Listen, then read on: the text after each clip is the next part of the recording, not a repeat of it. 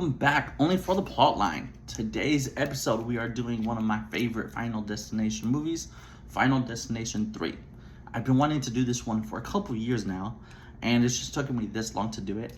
And it's almost a good thing, because I originally thought I was going to prove that this, spoiler alert, that the sister didn't even get on the roller coaster, but it turns out you could kind of see that she does.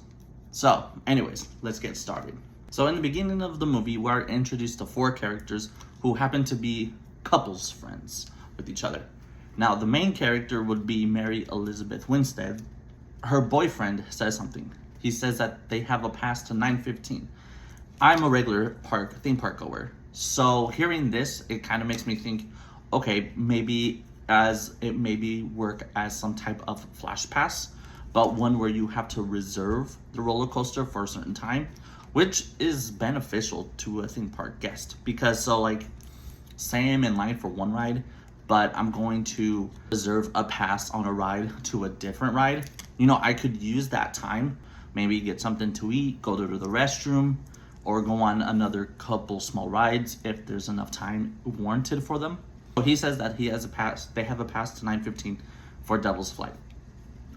When they get on though, it seems like their friends also have the pass.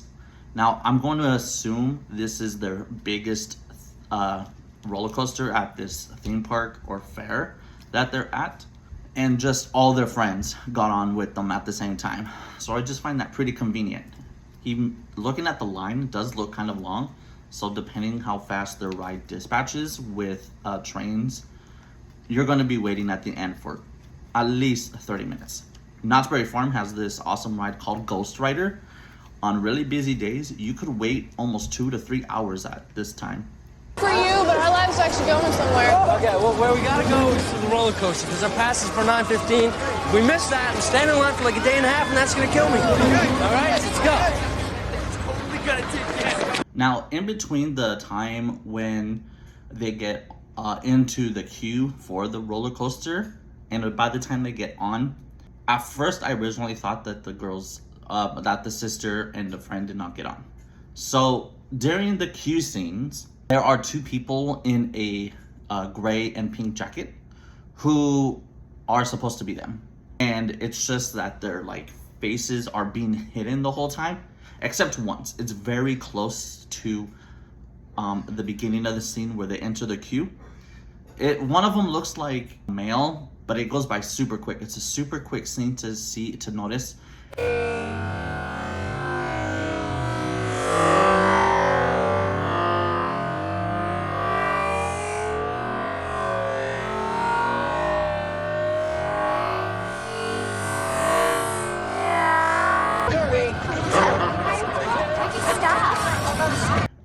That it doesn't look like the sister at all to me. Look was a little taller too, but I think I heard she's tall in real life. Mary Elizabeth Winstead. Right, so I've almost always had an issue with this scene. And they're about to get onto the lane part of the ride so they can get into the car when it pulls up on the next scene. I don't know why the boyfriend can't act like the real gentleman to go with his girlfriend, who is freaking out that she does not want the front.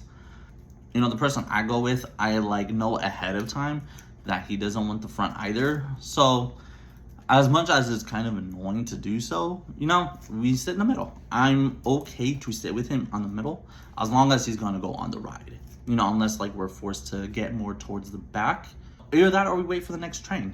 Because we're right there, it's not gonna take another 30 minutes. Unless a ride breaks down during the previous train I would have been on.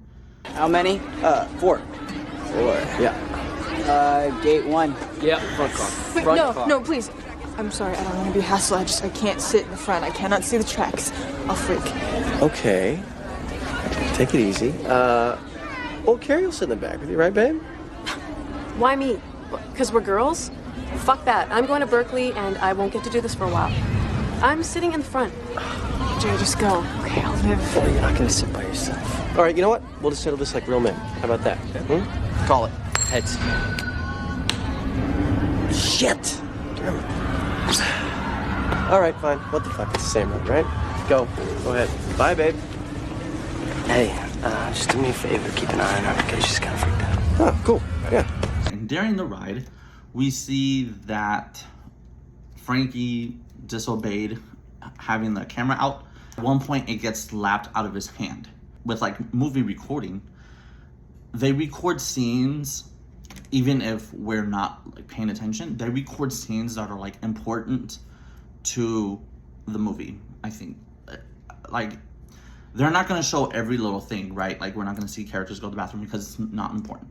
But they focus a lot when the camera gets slapped out of his hand and wraps around the track to the roller coaster, therefore acting as what cut the cord to the roller coaster for it to then start messing with the restraint systems and later coming off the track.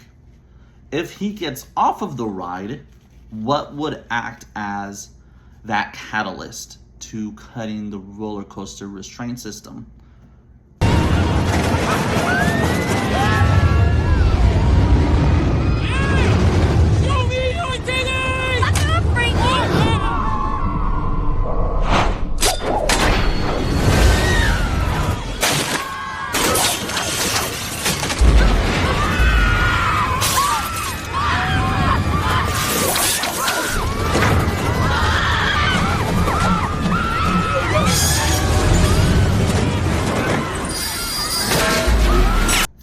This next scene is a little tricky. So they're getting off the roller coaster, the back half of that car, and they're exiting the queue at the same time the ride is happening, and it just seems like the roller coaster crashes way too soon otherwise, because they got to enjoy a few minutes on that roller coaster before the bad thing started happening. So it just seems like a little way too fast. The longest queue exit I've gone through, I cannot remember which it was, but it did not take that long to get off. Listen, what is your home phone number, okay? We can call your mother, and everything will be good.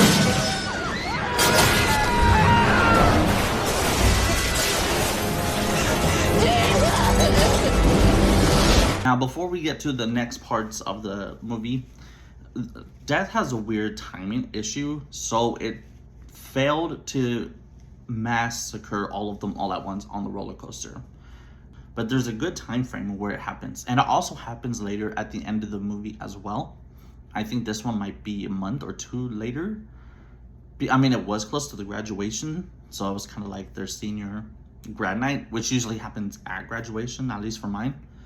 Not too long of a wait, but there is one from the failed massacre until like Death starts picking up his numbers up again to get the rest of the characters for the movie. So our next set of victims happens to be the two girls that Frankie was hitting on. That they're at the massage parlor place, and the owner or the only employee there is outside on a call. He finally comes in and apologizes because the woman he's talking to takes forever to talk, and the boss will get mad at him for using the phone. But if he was always spending his time outside, wouldn't the boss be mad that he's not there to assist the guests, you know?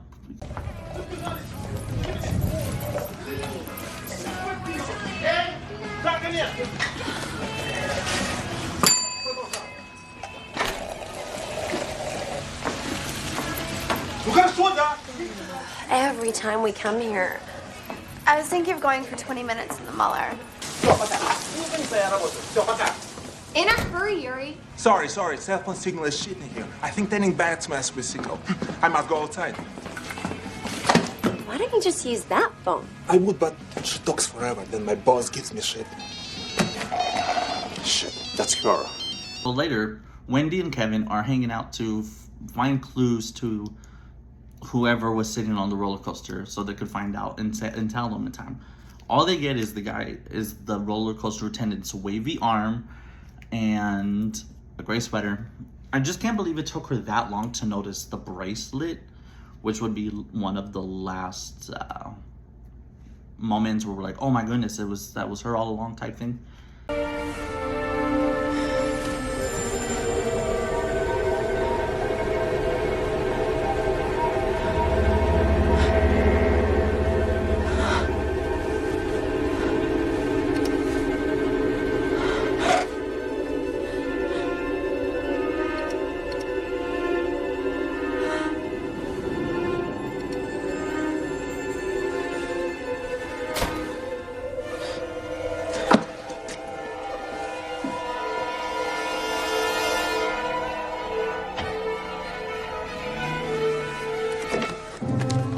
and Kevin have this pact not to look at their own picture, and the pictures have been symbolizing the clues on how these characters have been dying. They take a pact not to look at them until their time has come. When they need to look, otherwise they'll freak about it, knowing this whole time. Her picture with Jason, I mean, as a photographer, I don't know why she would have a picture with her and her boyfriend. Like, his face is like very distorted, I don't know why it couldn't just have been a normal picture. But the only clue she gets is the name McKinley on her t-shirt, which is the name of one of her classmates, one of the survivors, and the name of the school. And she thinks that the other person, Ian McKinley, is a clue to hers, so maybe he's trying to kill her. But if that's one of the clues, then Death would have wanted her to save Ian so Ian can come back to kill her. It sounds a little more convoluted and a little bit hypocritical, but it's kind of a cool theory about that. But granted, it's all she knows, so she can't go based off of much of that. Wait. Look, after them, we're next. So in case something happens to him before we meet up, remember that time we talked about when to look at our pictures? It's now.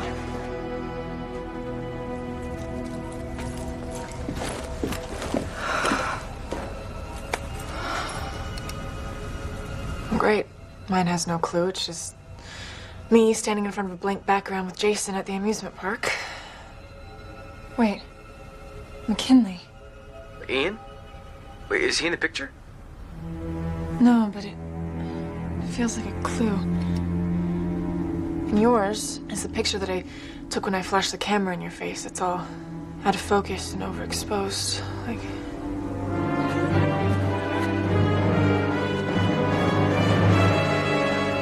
a firework went off in my face?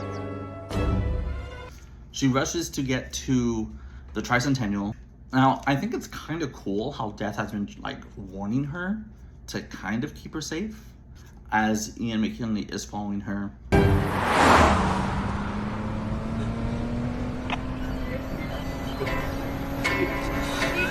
There is someone walking behind you.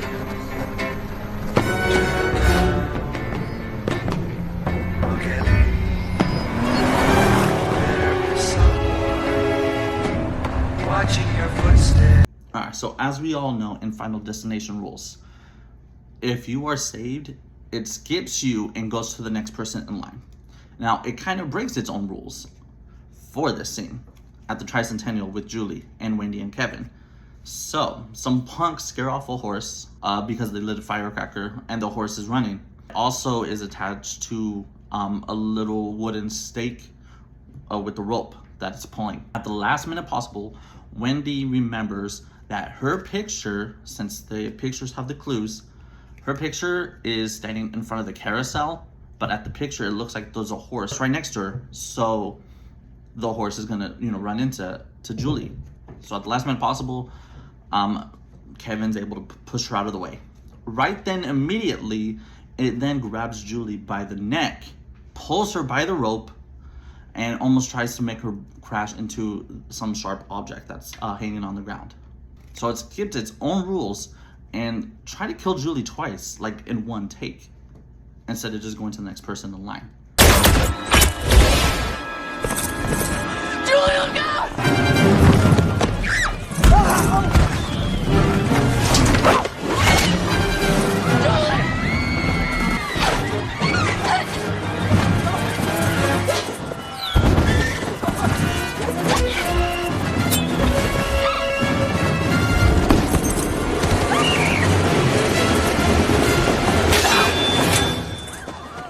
Now it's Wendy's turn, and it looks like she's going to get her end with the cannonball shooting from behind her, but she dodges out of the way.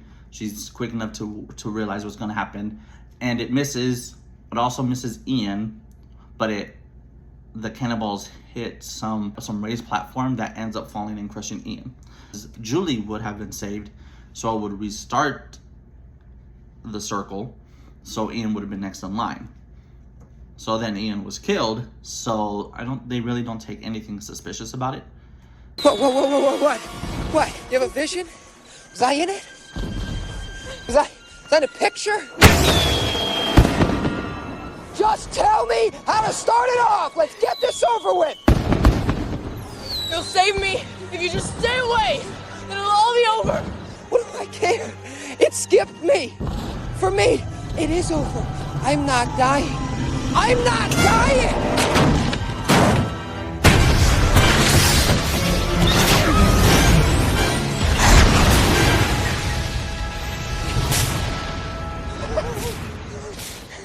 You see? I'm not gonna die! It's you, Wendy! You're dead!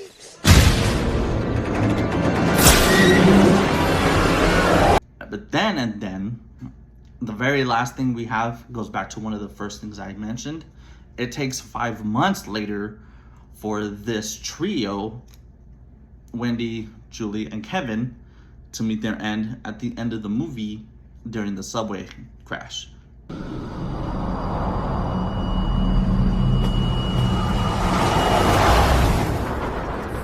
Why did it take 5 months from there? Anyways, that is all I have for today's episode of Only for the Plotline. Thank you so much. We'll see you next time. Bye. Walking behind you, turn around, look at me. There is someone